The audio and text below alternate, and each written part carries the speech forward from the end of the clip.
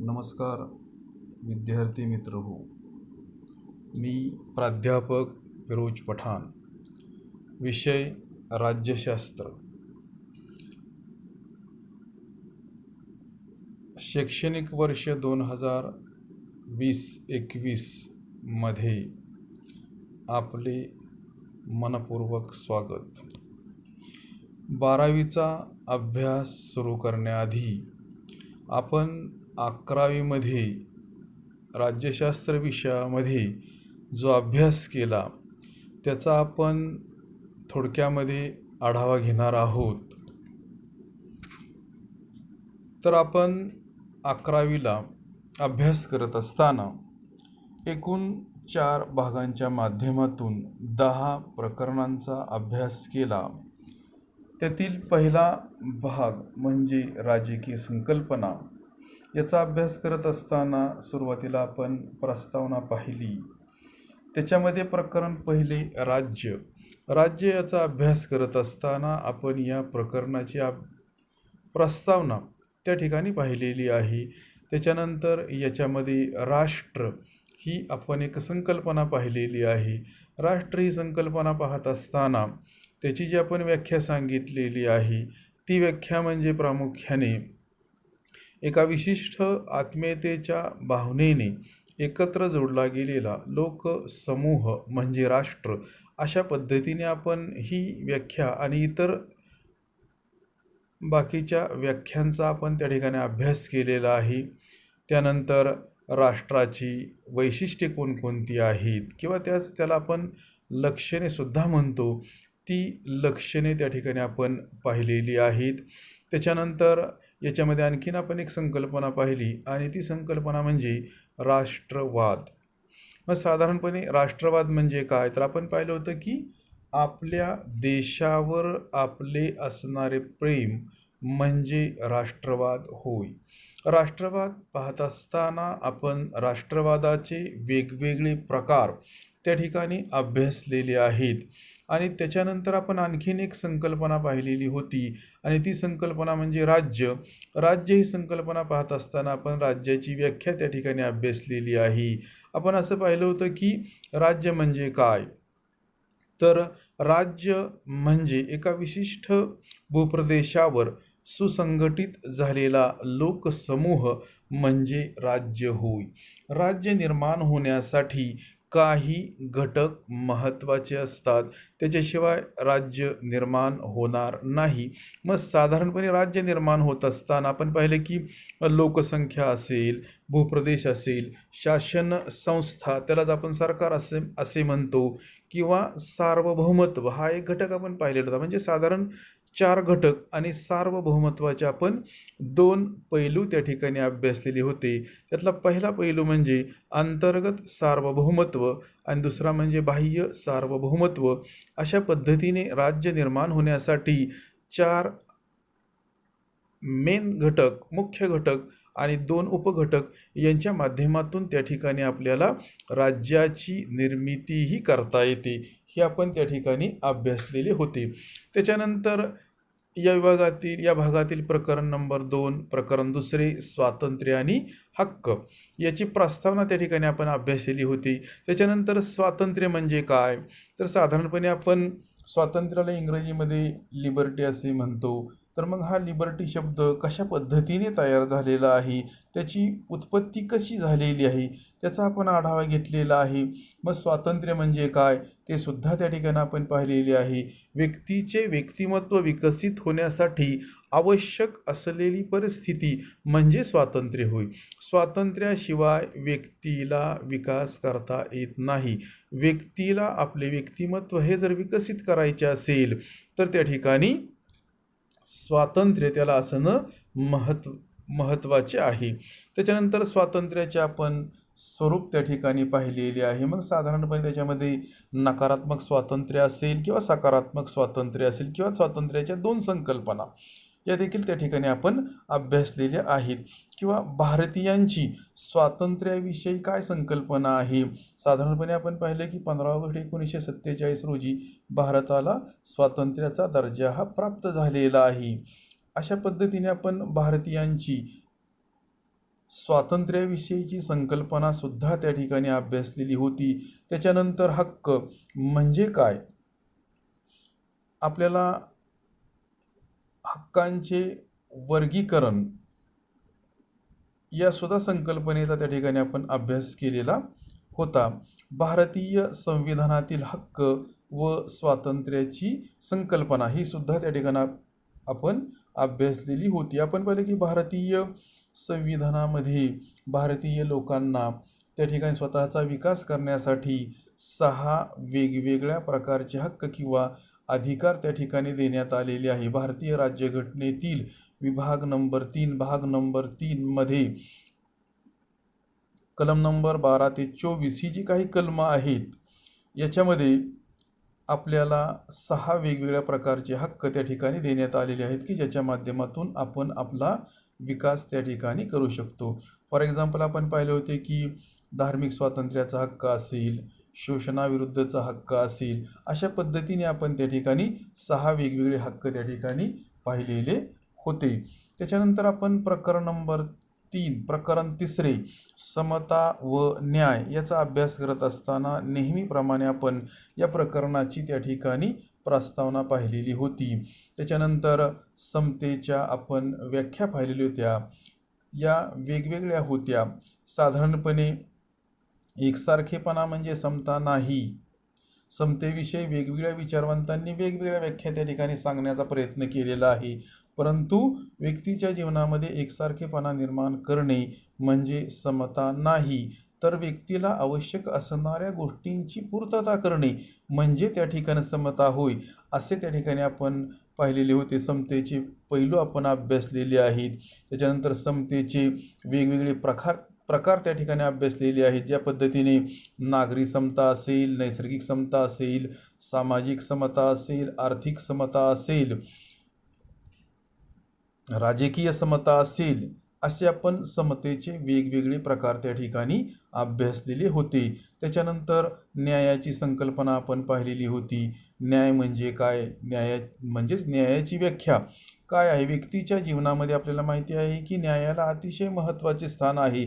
व्यक्ती हा न्यायप्रिय प्राणी आहे. प्राचीन काळापासून व्यक्तीने न्यायाचे समर्थन केलेले आहे. व्यक्तीला स्वतःवर अन्याय झालेला कधीही आवडत नाही, कारण मानव हा ज्या पद्धतीने समाजशील प्राणी आहे तसाच तो न्यायप्रिय प्राणी देखील आहे. आणि हे पाहिल्यानंतर आपण न्यायाचे वेगवेगळे प्रकार त्या ठिकाणी अभ्यासलेले होते, जसे की राजकीय न्याय असेल, सामाजिक न्याय असेल, आर्थिक न्याय असेल. आणि त्याच्यानंतर या प्रकरणाच्या शेवटी आपण भारतीयांची समतेची व न्यायाची संकल्पना त्या ठिकाणी अभ्यासलेली होती. त्याच्यानंतर आपण भाग नंबर 2 मध्ये तुलनात्मक शासन आणि राजकारण याचा अभ्यास करत असताना या भागाची सुरुवातीला आपण प्रस्तावना पाहिलेली होती आणि त्याच्यामध्ये आपण प्रकरण 4 पाहिलेले होते आणि ते म्हणजे संविधानिक शासन. याच्यामध्ये आपण प्रस्तावना पाहिलेली होती. त्याच्यानंतर संविधान म्हणजे काय, की ज्याला आपण राज्यघटना असे म्हणतो, की प्रत्येक देशाला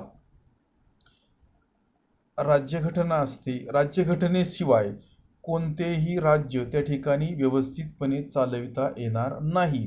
म्हणजेच राज्यघटना हा प्रत्येक देशाचा महत्त्वपूर्ण दस्तऐवज आहे. हे पाहत असताना आपण मग संविधानाचे किंवा राज्यघटनेचे आपण वेगवेगळे प्रकार त्या ठिकाणी पाहिलेले होते, जसे की लिखित राज्यघटना असेल, अलिखित राज्यघटना.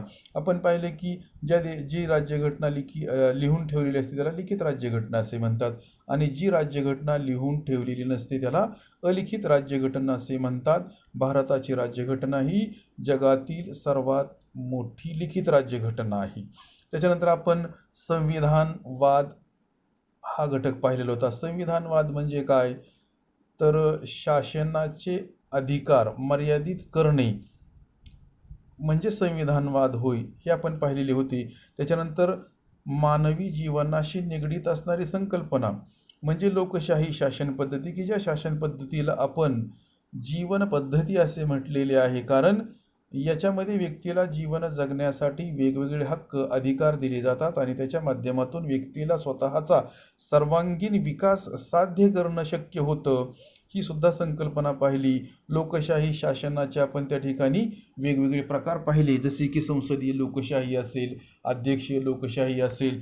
संसदीय लोकशाही कोणत्या देशामध्ये आहे, अध्यक्षीय लोकशाही कोणत्या देशामध्ये आहे. तर आपण पाहिले होते की संसदीय लोकशाही, आपल्या भारतामध्ये संसदीय लोकशाही शासन पद्धती आहे. म्हणजे या शासन पद्धतीनुसार आपण आपल्या देशाचा त्या ठिकाणी राज्यकारभार करतो. तर अध्यक्षीय लोकशाहीचं उदाहरण देत असताना आपण अमेरिका या देशाचे त्या ठिकाणी उदाहरण घेतलेले होते. म्हणजे अमेरिका या देशामध्ये अध्यक्षीय शासन पद्धती आहे. त्याच्यानंतर प्रकरण 5, प्रतिनिधित्वाची संकल्पना. आपण याच्यामध्ये सुरुवातीला प्रस्तावना त्या ठिकाणी पाहिलेली होती. त्याच्यानंतर प्रतिनिधित्व म्हणजे काय, मग साधारणपणे प्रतिनिधी कोणाला म्हणायचं, त्यांची निवड कोण करतं, किती वर्षांसाठी करतं, राज्याचा राज्यकारभार कोण करतं, कशा पद्धतीने तो राज्यकारभार केला जातो, याची त्या ठिकाणी आपण माहिती पाहिलेली होती. त्याच्यानंतर आपल्या भारताच्या संदर्भामध्ये त्याचा आपण त्या ठिकाणी आढावा घेतलेला होता. प्रतिनिधित्वाच्या पद्धती कोणत्या आहेत याचा सुद्धा आपण आढावा घेतलेला होता. त्याच्यानंतर आपण या प्रकरणामध्ये मतदानाचा हक्क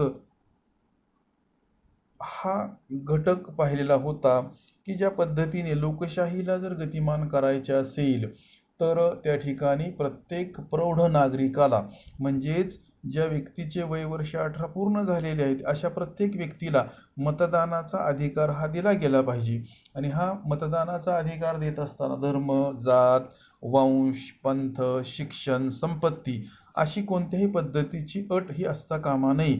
फक्त त्याची पात्रता पाहणं महत्त्वाचं आहे. म्हणजेच त्याच्या वयाची 18 वर्ष पूर्ण झालेली असतील तर कोणत्याही प्रकारचा भेदभाव न करता त्याला मतदानाचा अधिकार दिला गेला पाहिजे, याचा सुद्धा आपण आढावा घेतला होता. त्याच्यानंतर लोकशाही शासन पद्धतीची संकल्पना ज्याच्याशिवाय अपूर्ण आहे किंवा लोकशाही शासन पद्धतीला गतिमान करण्याचं काम ज्या घटकाच्या माध्यमातून केले जाते आणि तो घटक म्हणजे राजकीय पक्ष. मग भारतामध्ये जे राजकीय पक्ष आहेत त्यांचं असणारं वर्गीकरण किंवा त्यांचे असणारे प्रकार हे आपण त्या ठिकाणी अभ्यासलेले होते. त्याच्यामध्ये आपण मग साधारणपणे प्रादेशिक पक्ष असतील, राष्ट्रीय पक्ष असतील, यांची स्थापना केव्हा झाली किंवा त्यांचे अध्यक्ष कोण कोण आहेत या सगळ्या घटकांचा त्या ठिकाणी आपण आढावा घेतलेला होता. त्याच्यानंतर प्रकरण 6, न्यायमंडळाची भूमिका. आपण मगाशीच पाहिले की मानव हा जसा समाजशील प्राणी आहे तसाच तो न्यायप्रिय प्राणी आहे आणि म्हणून त्याला न्याय मिळण्यासाठी न्यायमंडळाची त्या ठिकाणी आवश्यकता असते. हे प्रकरण पाहत असताना आपण सुरुवातीला प्रस्तावना पाहिलेली होती. त्याच्यानंतर न्यायमंडळाचे स्वातंत्र्य हे सुद्धा आपण पाहिलेले होते. आपण बघितले की शासन संस्था म्हणजे काय, तर राज्याच्या सार्वभौम सत्तेचा प्रत्यक्षात वापर करणारी यंत्रणा म्हणजे शासन संस्था किंवा सरकार होय. त्याचे साधारणपणे 3 विभाग पडतात, जसे की कायदेमंडळ असेल, कार्यकारी मंडळ असेल किंवा न्यायमंडळ असेल.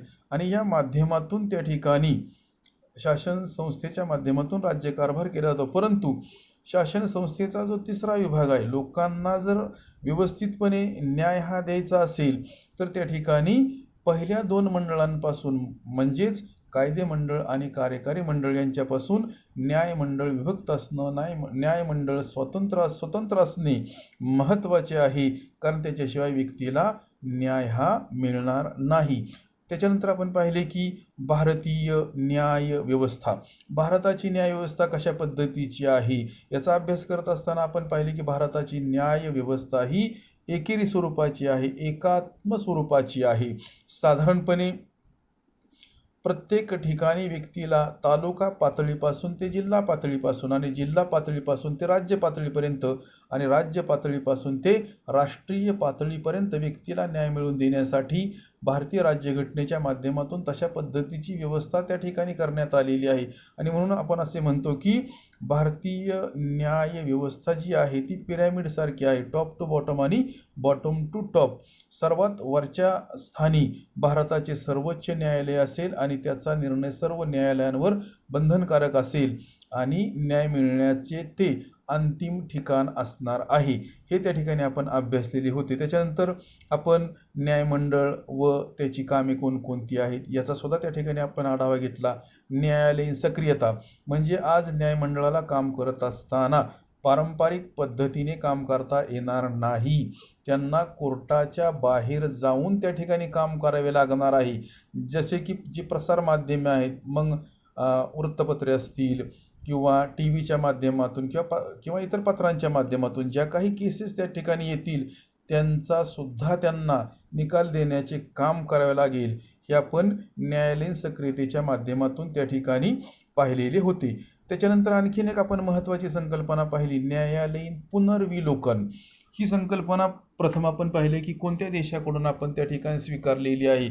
भारताच्या राज्यघटनेची जी काही अनेक वैशिष्ट्ये आहेत त्या वैशिष्ट्यांपैकी एक म्हणजे न्यायालयीन पुनर्विलोकन हे आहे.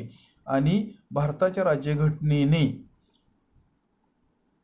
न्यायालयाला दिलेला हा एक महत्त्वाचा अधिकार आहे असे आपण म्हटले तर ते त्या ठिकाणी चुकीचे होणार नाही. म्हणजेच कायदेमंडळाला त्याच्या इच्छेप्रमाणे कायदा करता येणार नाही, कारण कायदा करण्याचं काम हे कायदेमंडळाच्या माध्यमातून त्या ठिकाणी केले जाते. परंतु कायदेमंडळाने केलेला कायदा हा घटनेतील नियमांशी सुसंगत आहे का विसंगत हे पाहण्याचे काम न्यायमंडळाच्या माध्यमातून पार पाडले जाते. आणि तो जर कायदा संविधानातील म्हणजेच राज्यघटनेतील नियमांशी विसंगत अशा पद्धतीचा असेल तर तो कायदा रद्द करण्याचे काम न्यायालयाच्या माध्यमातून त्या ठिकाणी केले जाते. त्याला न्यायालयीन पुनर्विलोकन असे म्हणतात. त्याच्यानंतर भाग 3 लोकप्रशासन, याच्यामध्ये आपण याची प्रस्तावना पाहिलेली आहे या भागाची. त्याच्यानंतर याच्यामध्ये आपण प्रकरण 7 अभ्यासलेले होते लोकप्रशासन. याच्यामध्ये सुरुवातीला नेहमीप्रमाणे आपण प्रस्तावना घेतली, त्याच्यानंतर आपण त्याची व्याख्या त्या ठिकाणी घेतलेली आहे. त्याच्यानंतर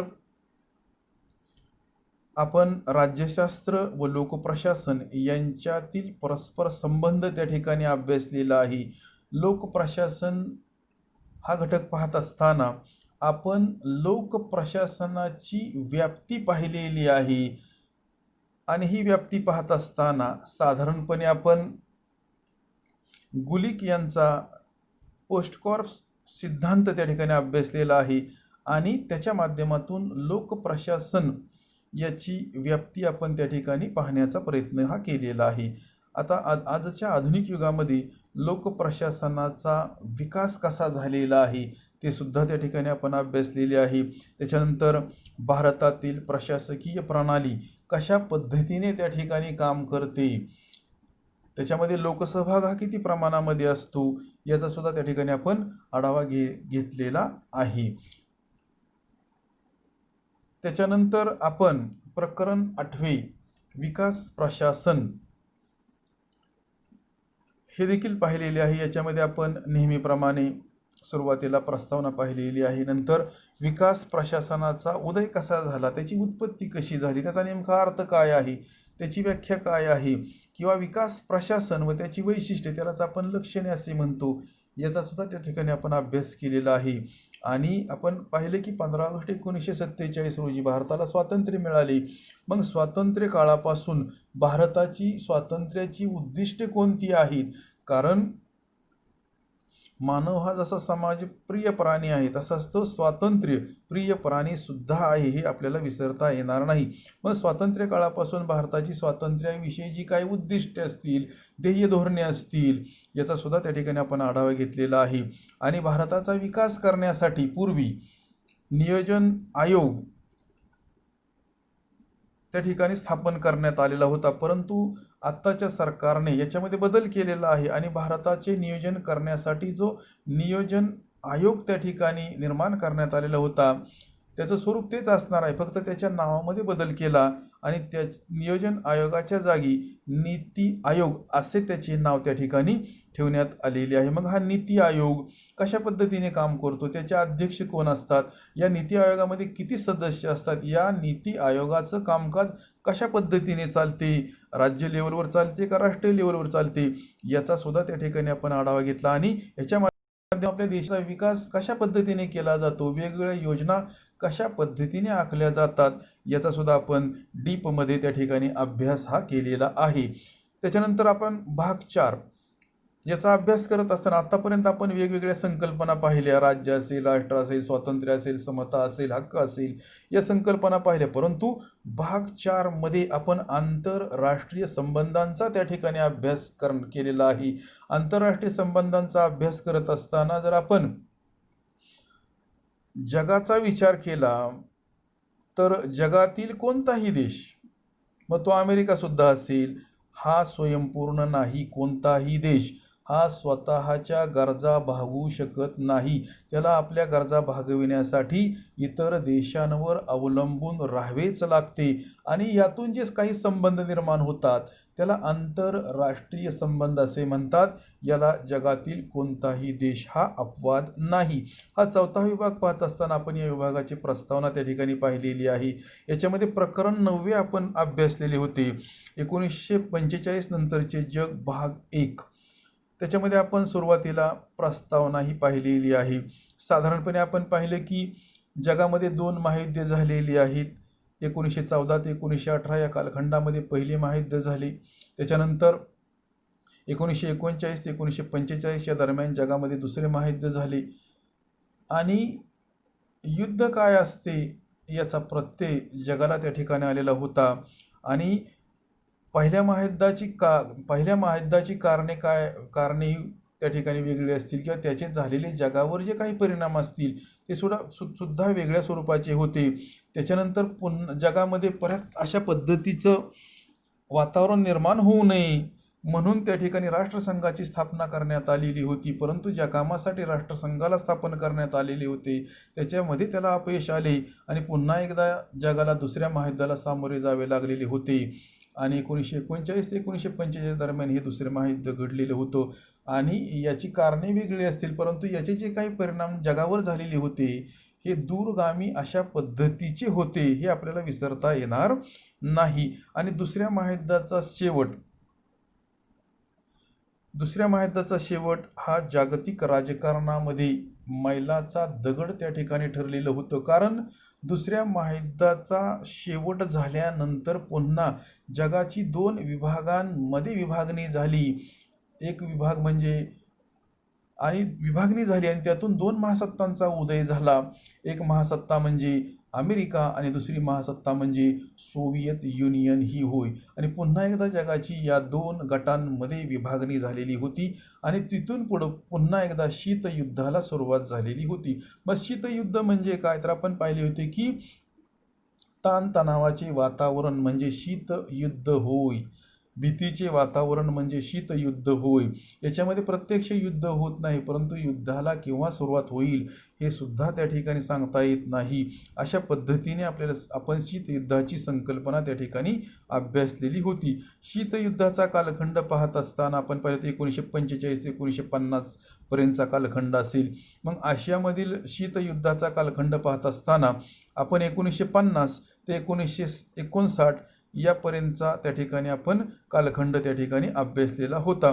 आणि जगामध्ये या दरम्यान कशा पद्धतीने त्या ठिकाणी वातावरण निर्माण झालेले होते त्याचा आपण आढावा घेतलेला होता. मग याचा अभ्यास करत असताना आपण दक्षिण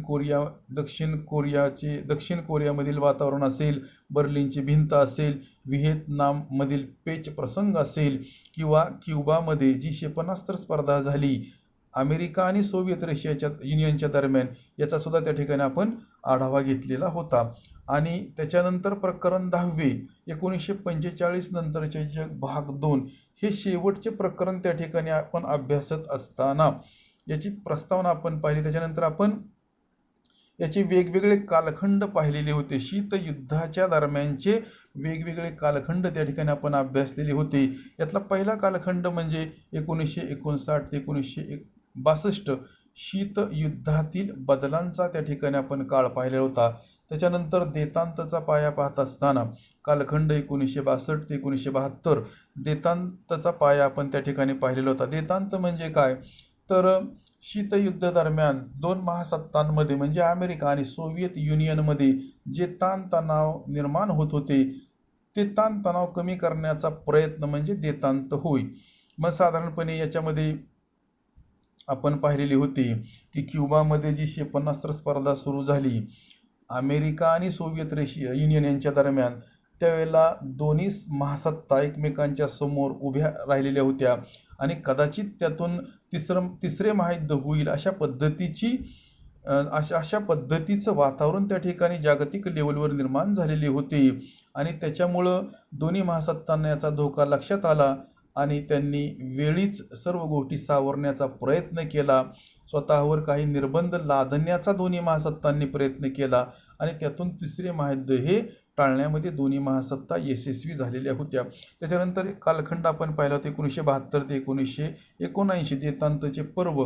त्याच्यानंतर पुन्हा एकदा कालखंड आपण पाहिला 1979 ते 1985 नवीन शीतयुद्धाचा त्या ठिकाणी कालखंड पाहिलेला आहे आणि त्याच्यानंतर 1985 ते 1991 सोव्हिएत युनियनमध्ये गोर्बाचेव यांचे आलेले युग.